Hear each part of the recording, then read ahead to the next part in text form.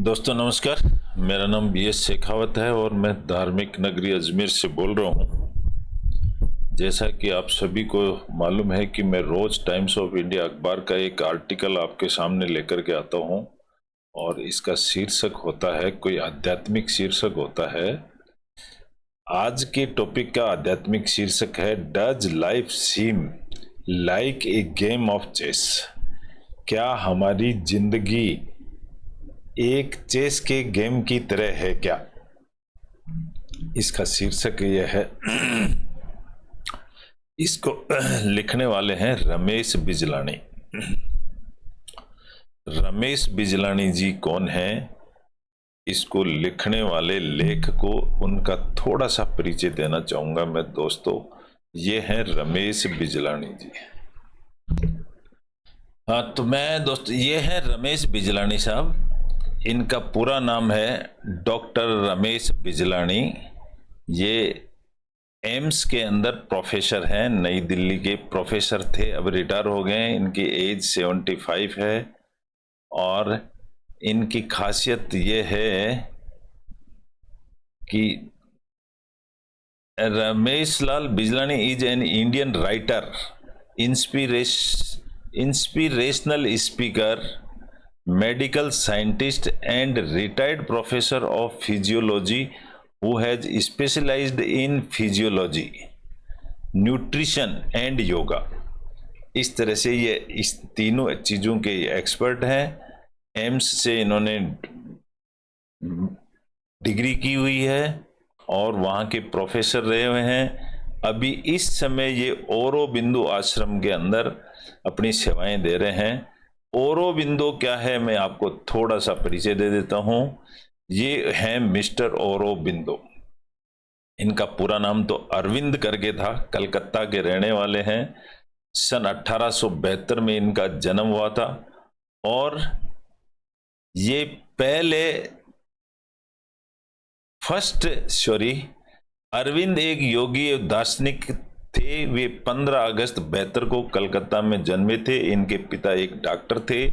इन्होंने युवा अवस्था में स्वतंत्रता संग्राम में क्रांतिकारी के रूप में भाग लिया था, किंतु बाद में यह एक योगी बन गए और इन्होंने पांडिचेरी में एक आश्रम स्थापित किया।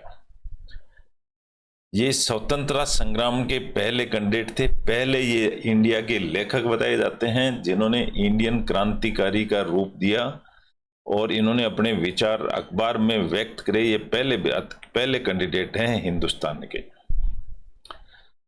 तो इस तरह से ये लेखक हैं और इनका ये लेख है, जो लेख है, does life seems like a game of chess.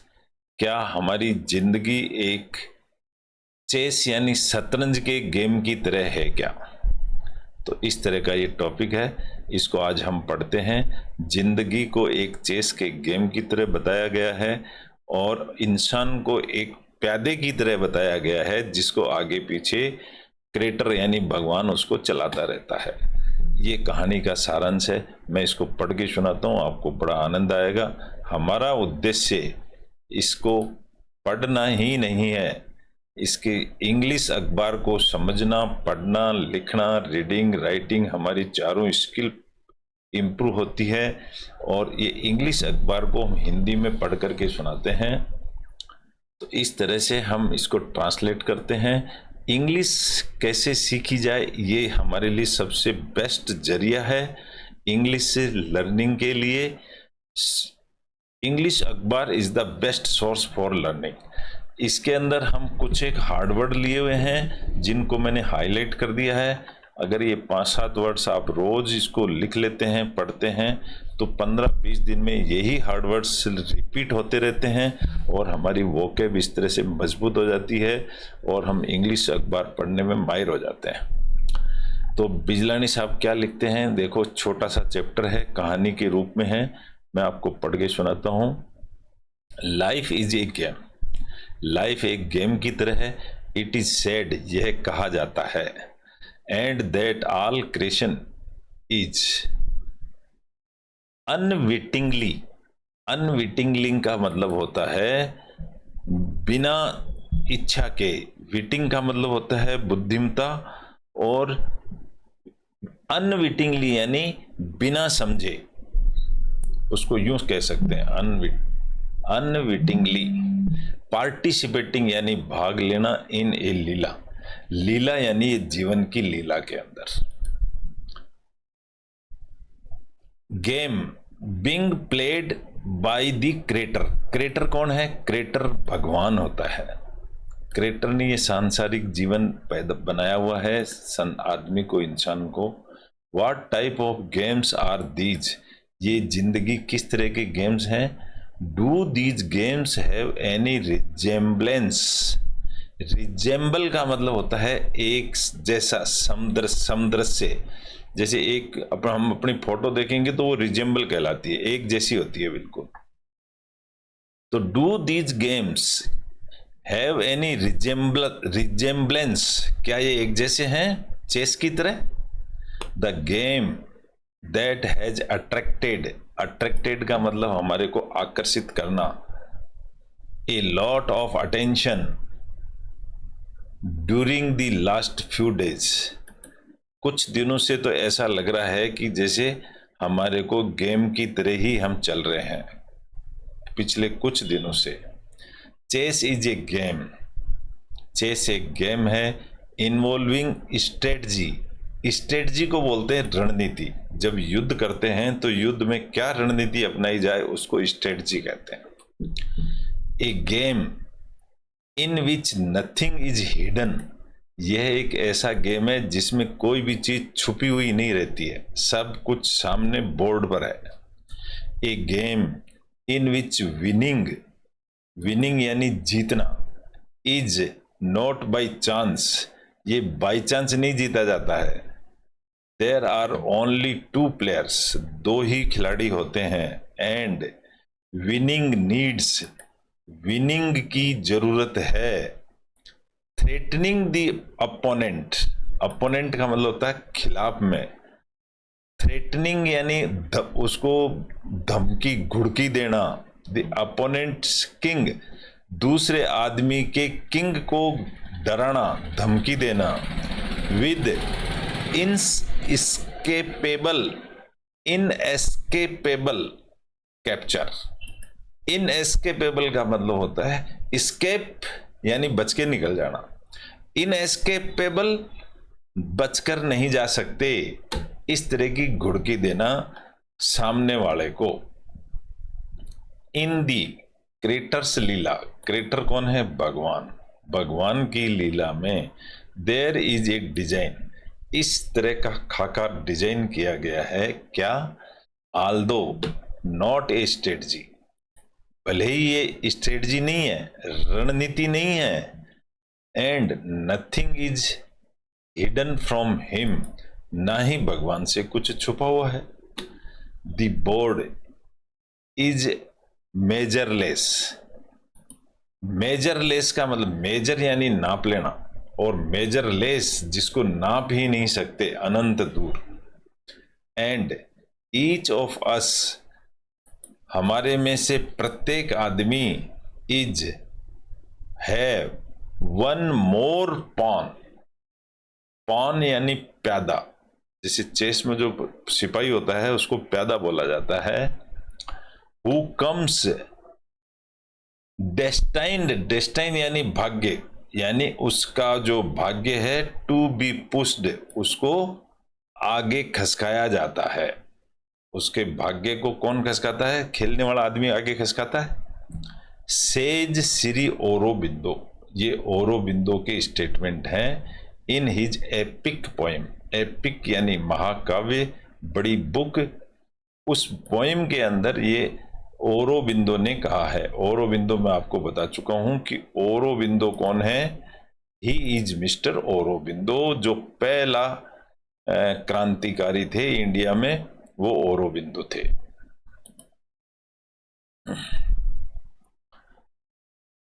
वो पोएम कौन सी थी? सावित्री नाम था उसका। But there can be no winner, can का मतलब सकना, कोई नहीं जीत सका, और लोसर, ना ही कोई हार सका। For there is no other with whom the creator has to compete. There is no other, कोई भी दूसरा आदमी नहीं है, with whom, जिसके साथ the creator has to compete. भगवान को जिसके साथ compete करना है, कंपीटिटर का मतलब, compete का मतलब होता है कंपीटिटर, कोई भी साथ में पार्टिसिपेंट कोई नहीं है. However, फिर भी मैन हैज बीन डिजाइंड, आदमी को इस तरह से डिजाइन किया गया है, फॉर बिंग मोर, बिंग मतलब रहना, for being more than just a पान, एक पान से भी ज्यादा मजबूत आदमी को बनाया गया है. टू बी पुश्ड अराउंड, और पुश्ड अराउंड आगे जाना. With in each human being, प्रत्येक आदमी के आर प्लांटेड टू प्लेयर्स, प्रत्येक आदमी के आगे पीछे दो खिलाड़ी लगा दिए गए हैं. प्लांटेड का मतलब सेटअप कर दिए हैं वहां पर दो खिलाड़ी प्रत्येक आदमी के पीछे. वन ऑफ दीज, इनमें से एक है द सरफेस सेल्फ, एक तो है सरफेस, ऊपर ऊपर की सतह.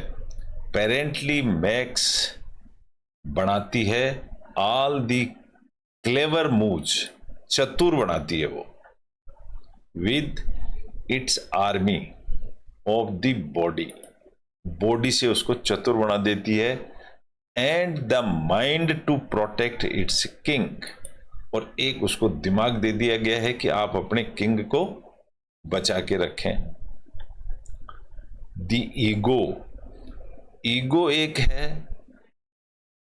फ्रॉम गेटिंग कैप्चर्ड, ईगो भी है उसके अंदर ताकि पकड़ने के लिए पावर भी हो.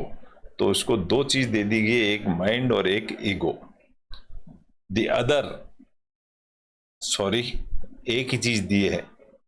The other, the deepest self, deepest यानी अंदर गहरा, self moves rather silently with its army of truth. दूसरा है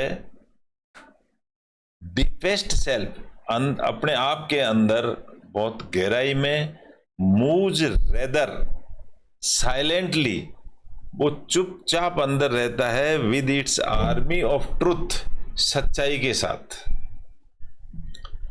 confident that it's king, confident यानी विश्वास में रहता है, दैट इट्स किंग, अपने किंग के साथ विश्वास में रहता है, सच्चाई. लव, प्यार, कैन नॉट बी कैप्चर्ड, वो कभी कैप्चर नहीं हो सकता. The game begin when the self becomes aware of the self, game start होता है when the self becomes aware of the self, जब आदमी सेल्फ अपने आप से समझ हो जाता है, अवेयर हो जाता है, तो गेम्स स्टार्ट होता है. द डिस्कवरी हैपन्स, और डिस्कवरी का मतलब ओपन होता है, व्हेन ए रेवेलिंग, रेवेल का मतलब होता है खुला, खोल देना, open out. Light falls on our waxed, waxed यानी तंग हालत,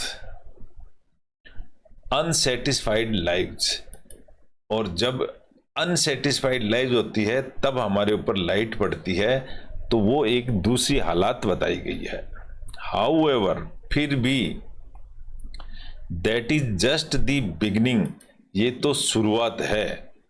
our mind has a million strategy, हमारा दिमाग के अंदर बहुत सारी रणनीति प्लानिंग्स हैं.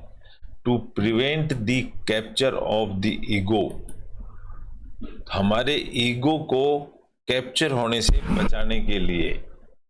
वन ऑफ देम, उनमें से एक है, being the accumulation of a vast body, उनमें से एक है, अकोमुलेशन का मतलब इकट्ठा करना, of a vast body, vast यानी बहुत बड़ी बॉडी हमारी.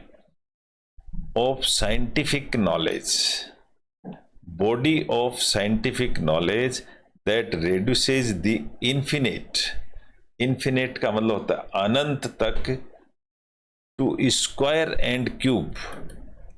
स्क्वायर एंड क्यूब का मतलब होता है स्क्वायर यानी चौकोर और क्यूब यानी भरा हुआ। ये स्क्वायर एंड क्यूब एक ईडियम है। इससे ऐसा होता है कि जैसे हम अपने सब कुछ भर लेते हैं। स्क्वायर एंड क्यूब यानी सब कुछ भर लिया। दी परस्यूट, परस्यूट का मतलब होता है पीछा करना। Pursuit of scientific knowledge, pursuit of scientific knowledge, scientific knowledge जो हमारे पास है उसका पीछा करना, लीड्स ओनली टू ट्रूथ्स, लेके जाता है कहां तक, टू ट्रूथ्स, सच्चाई तक ले जाता है, that one can find and hold, जिसको एक जाके पकड़ सकता है, पा सकता है, but not the one truth, लेकिन एक आदमी की सच्चाई, एक सच्चाई को नहीं पकड़ सकता। द रिजल्ट इज, रिजल्ट इसका ये निकलेगा that while man may not feel being pushed, man may not feel, आदमी हो सकता है फील नहीं कर पाए, being pushed यानी उसको पुश किया गया है, around helplessly,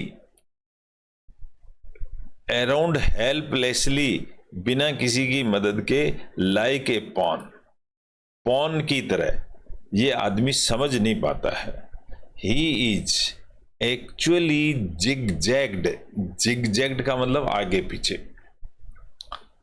eight the gesture of a chess player, gesture का मतलब अंदाज, at the gesture of a chess player will across the checker board, checker board जिस पर चेस खेलते हैं उसके ऊपर, ऑफ कॉस्मिक फेट, कॉस्मिक का मतलब हो गया ब्रह्मांड, फेट यानी भाग्य।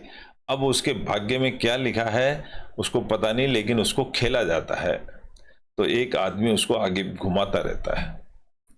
The zigzagging only prolongs the game, तो इस तरह से जो प्यादे को आगे पीछे करना, ये गेम को आगे से आगे, प्रोलोंग का मतलब इसको खींचता रहता है आगे, प्रोलोंग उसको आगे खींचता रहता है। While the self works, self यानी खुद का किया हुआ काम, silently by sweet seduction, silently यानी चुपचाप, बाय स्वीट सेडक्शन, सेडक्शन का मतलब होता है प्रलोभन दे देना कोई, using the power of truth